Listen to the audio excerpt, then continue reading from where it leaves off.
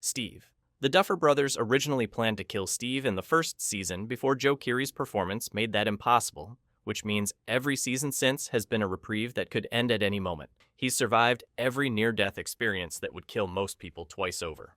Season 4 even gave him that heartbreaking monologue about wanting 6 kids and a Winnebago full of chaos, which is basically television shorthand for this character is about to die before achieving any of their dreams. Fans recognized that speech as a massive death flag the moment it aired because shows don't let characters articulate specific hopes for the future unless they're planning to destroy them. His entire arc has been about transformation from selfish jock to selfless protector, learning that heroism means putting yourself between danger and the people you love even when it costs everything.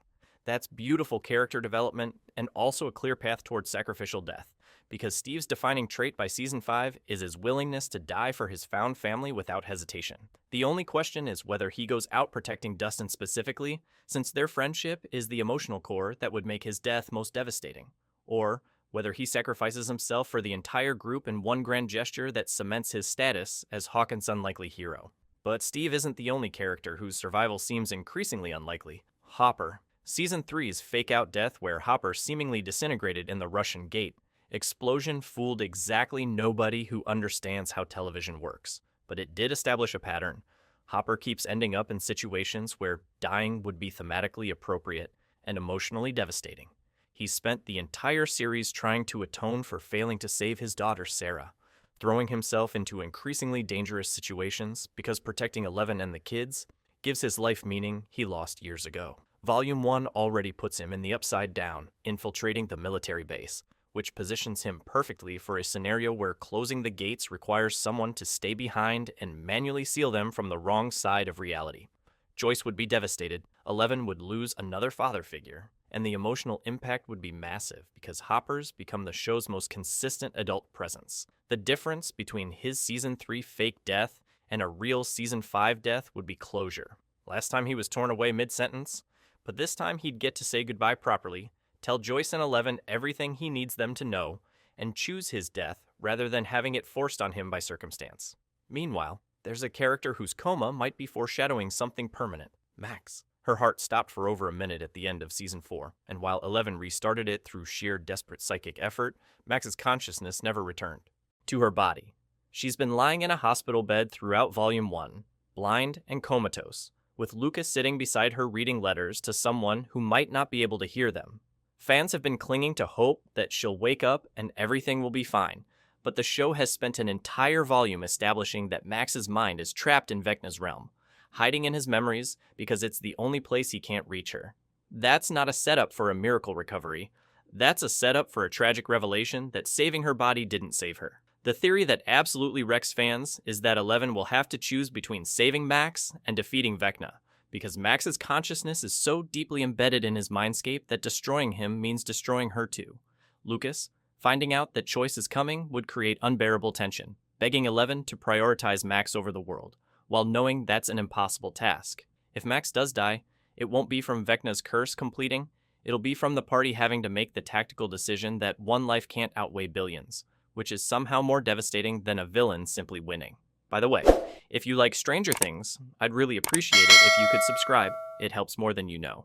Will. He's been linked to that dimension since 1983, possessed by the Mind Flayer in Season 2, and now has the ability to control Demogorgons through the psychic network Vecna, built specifically to use him as a vessel. Volume 1 revealed Will can command monsters with his mind, which sounds empowering, until you realize using those powers means tapping into the same corrupt network that Vecna controls, potentially pulling Will closer to becoming what Henry Creel became. His character arc has been about feeling like a victim for 5 seasons while everyone else got to be heroes, and the most satisfying conclusion would be Will finally taking agency by choosing to use his connection as a weapon against Vecna, even though it means he won't survive the process. The sacrifice would work on multiple levels. Will destroying the monster who's tortured him since childhood, Joyce losing the son she fought so hard to save, and Mike never getting to hear Will's confession about his feelings because there's no time left for honesty. It's the kind of tragic ending that would validate Will's importance to the story, while acknowledging that sometimes the person most connected to the threat is also the only one who can stop it. The parallel to Eleven potentially having to die to close the gates would be so poetic. And speaking of parallels, there's another character whose death would serve the show's themes, Jonathan. He was crucial in Season 1 as Will's brother and Nancy's love interest, but his importance has diminished as the show added characters and storylines that didn't leave much room for Jonathan's specific skill set of taking photographs and being quietly supportive. Season 4 sent him to California, where he spent most of his time smoking weed with Argyle and feeling disconnected from Nancy, which isn't great character development and suggests the writers aren't sure what to do with him anymore. When shows don't know how to use a character but can't write them out because they're part of the original cast, killing them off becomes an option that serves dual purposes, raising stakes and solving a narrative problem. Jonathan dying while protecting Will would complete his arc as the protective older brother while giving Will additional trauma to process, creating emotional weight that affects multiple characters without removing someone central to the main plot. It's cynical to think about characters in terms of narrative utility, but that's how television writing sometimes works. If Jonathan's death would impact the story more than his continued survival, the Duffer Brothers might make that call. The real question is whether they'd go through with killing the Byers after spending 4 seasons establishing that Joyce will burn the world down to protect her children. Meanwhile, the show's villain might not be the only threat to worry about. Dr. K. She's emerged as one of the show's most hateable human antagonists, capturing 8 and potentially other numbered children to weaponize them for the military's interdimensional warfare program. K represents the worst of institutional cruelty, someone who's learned nothing from Brenner's mistakes, except how to refine his torture methods and disguise them as national security. Characters like this typically don't survive to the end of the story because audiences need the satisfaction of watching them face consequences for their cruelty, which means Kay is probably dying in a way that's either ironic or brutal, or both. The most likely scenario involves her being killed by one of the creatures she's been studying, perhaps during a containment breach at the military base where her subjects turn on her, or upside-down monsters prove impossible to control. It would be poetic justice for someone who's treated living beings as expendable test subjects to die at the hands of something she underestimated, and it would free Eleven and Hopper from having to deal with her interference during the final battle. The only question is whether her death happens early enough to feel like an appetizer before the main course of major character deaths, or whether the show saves it for a moment when viewers need the catharsis of watching a genuinely terrible person get exactly what they deserve. But human antagonists aren't the only ones facing mortality in the final season. Murray Bauman. He's been the show's resident conspiracy theorist and unlikely action hero since Season 2, surviving Russian infiltration, monster battles, and generally being far more capable in crisis situations than his paranoid demeanor would suggest. But Murray's also older than most of the main cast and doesn't have plot armor protecting him the way the kids do, which makes him an ideal candidate for a heroic death that raises stakes without devastating viewers the way losing Steve or Hopper would. He's got the perfect skill set for a stay behind to blow up the base scenario, technical knowledge, willingness to make hard calls, and enough genre awareness to know exactly what he's signing up for. Volume 1 already established Murray helping evacuate kids from the Max Z facility, positioning him as someone who's willing to risk everything for children he barely knows because it's the right thing to do.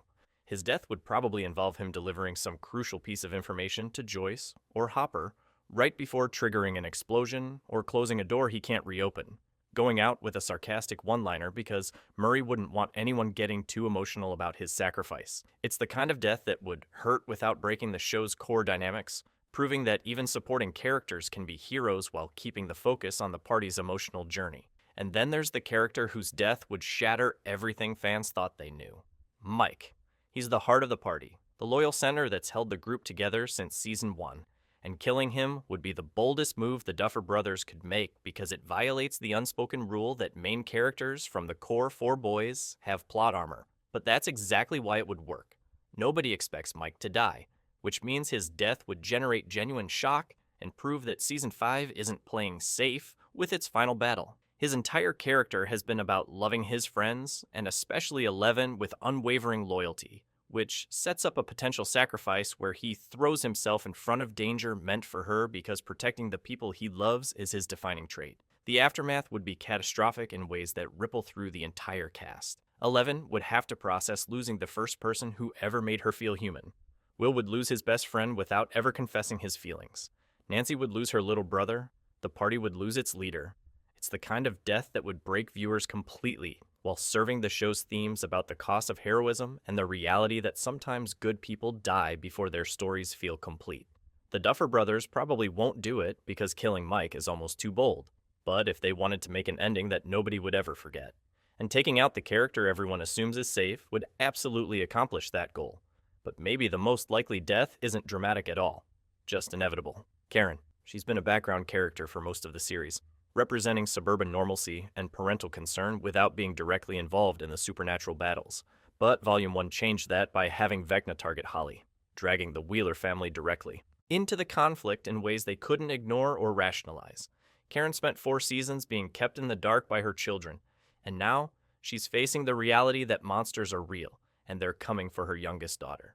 That kind of revelation often precedes a parent making the ultimate sacrifice to protect their children, because that's the most primal instinct and the easiest way to give a supporting character a meaningful death. Karen dying while saving Holly or Mike or Nancy would complete her arc from oblivious suburban mom to someone who understands exactly what her children have been fighting and why they couldn't tell her. It would also force the Wheeler kids to process grief in ways the show hasn't fully explored with the main cast.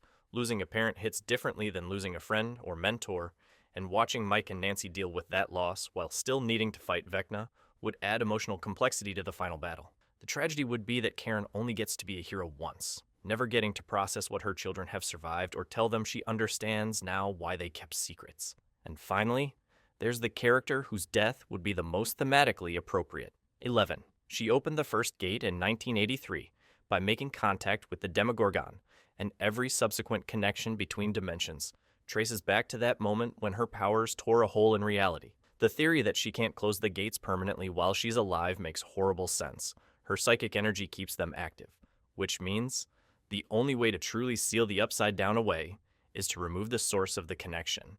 It's the ultimate sacrifice from someone who's spent 5 seasons learning that she's more than a weapon, finally choosing to use her power for one last act that saves everyone but costs her everything. The narrative symmetry would be devastating. 11's story starting with her in isolation and ending with her choosing isolation on a cosmic scale, separating herself from the world to protect it. Mike would be there to see it happen, and this time there'd be no miraculous survival because some endings don't allow for that kind of hope.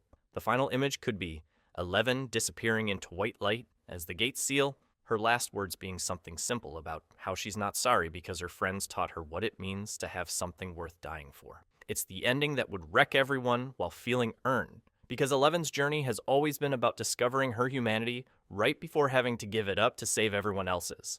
So, which character death will actually happen, and which ones are fans catastrophizing because the final season makes every possibility feel real?